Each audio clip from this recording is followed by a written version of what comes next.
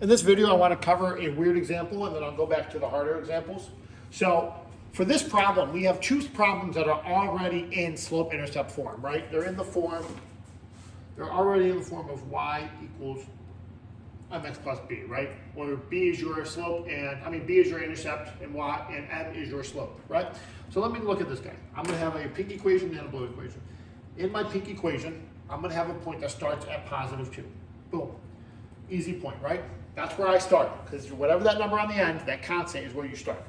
And then I got to deal with my slope, where my slope is negative 2 over 1, right? If they just gave you a number, you know that you can put it over 1. That way we have a relationship between how much y is going to change versus how much x is going to change.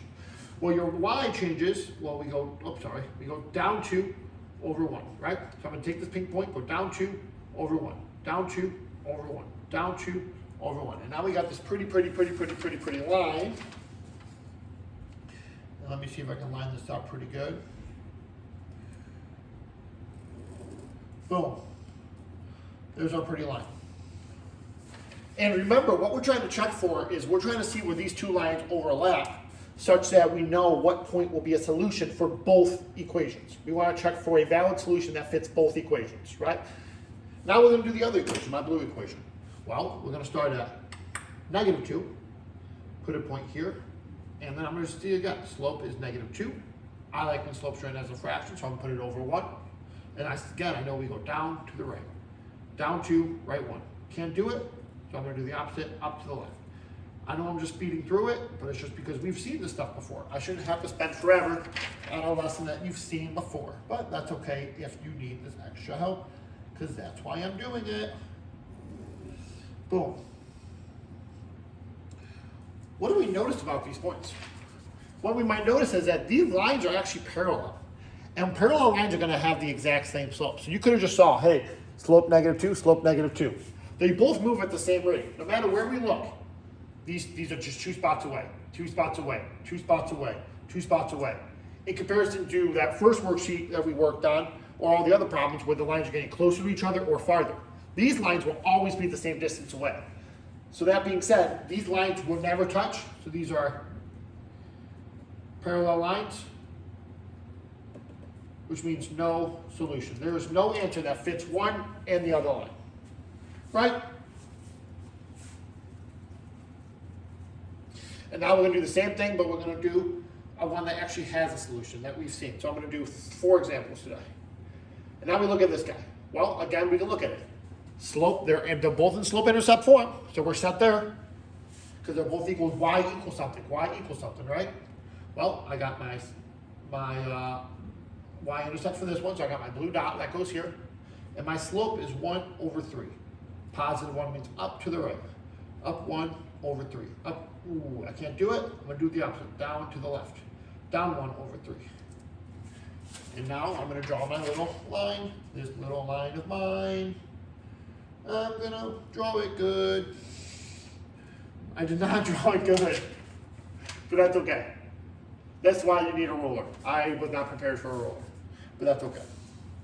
And now I'm going to do the pink line. Well, y's all by himself, so we're set. So I'm going to deal with my first point, which is positive 1. And my slope. Well, my slope is just negative, but it's not just going to be negative. It's going to be negative 1. And I like to write it as a fraction, so I'm going to go negative 1 over 1. And this goes down 1 over 1, down 1 over 1, down 1 over 1. As you can see, these lines do match up again. Isn't that so exciting? And since they match up, I can draw my straight line and have a good time with it. Not a straight line. This is why you use your ruler. Keep using a ruler. And they meet up at this point. Even though it's not very clear, they do meet up at this point. And like we said, we talk about x, 3, y, negative 2. So they meet up at 0.3, negative 2. Perfect. How exciting.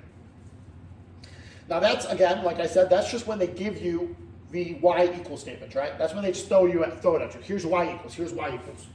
Well, what if they don't give you that? What if they give you a problem like this, where x and y are not already by themselves?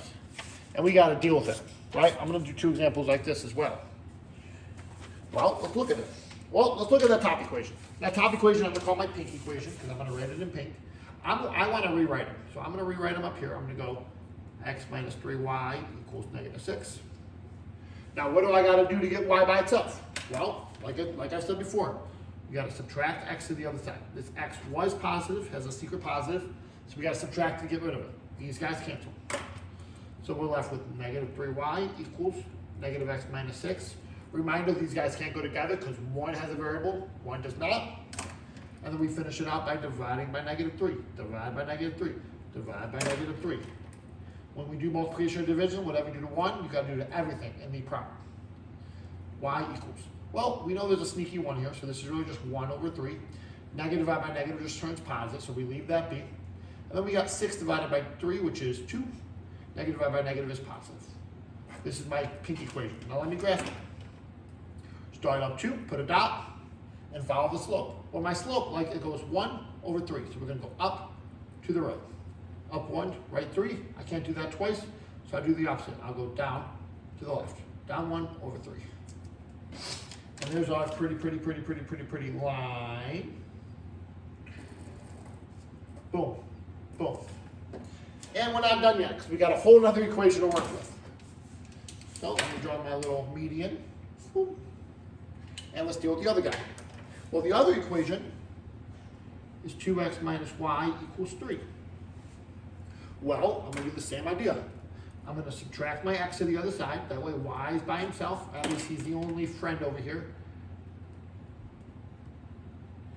And then I want to divide by negative 1. Divide by negative 1. Divide by negative 1. Because that y still needs to be all by himself. 2 divided by 1 is just 2. Negative divided by negative is positive, so we can leave that be. 3 divided by 1 is 3. Positive divided by negative is negative. Well, now we got this guy in the format, right? We got our y-intercept, which is 3.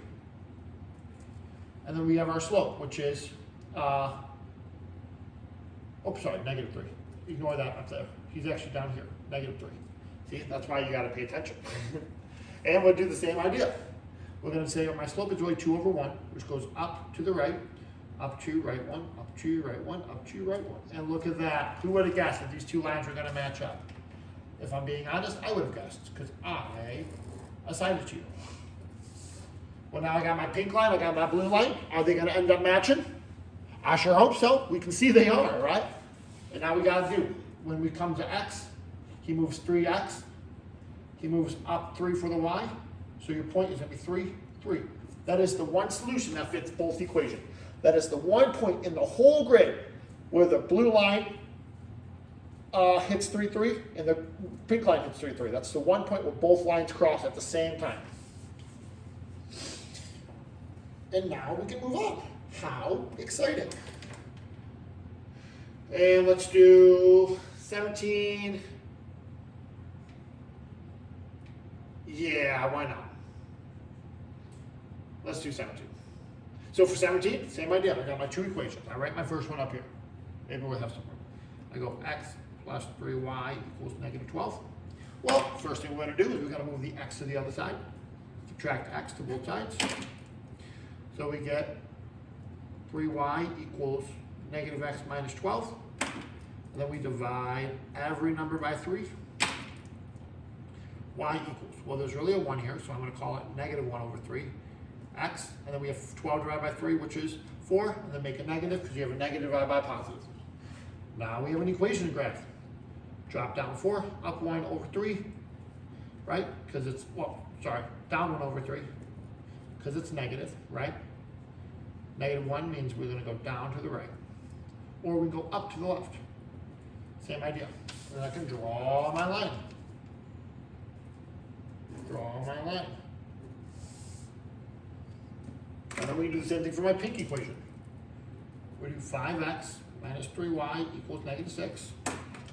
Then we will subtract 5x from both sides of the equation. So we get negative 3y equals negative 5x minus 6. Reminder, we can't put these guys together because one's got a variable and one doesn't. And then we divide by negative 3, divide by negative 3, divide by negative 3. Divide each term when we do the multiplication or division. 3 doesn't go into 5, so we can leave it as 5 over 3. Negative divided by negative is positive, so I can leave that be. And then this gets you 2. positive. This graph starts up 2. Now, it wants me to go up to the right. Can I go up 5, right 3? No, because I'm off the grid, so it's not going to be accurate. So why don't I go down to the left? Down 5 over 3. Down 5. Oh, that one's off the grid too. But all you really need is 2 points to make a line. Boom. How beautiful. And these points meet up at 3, -3 is your x, -3 is your y. I guess I really should have picked ones that look different, but that's okay. It all works out the same. I hope this video taught you something, and I'm glad to move on.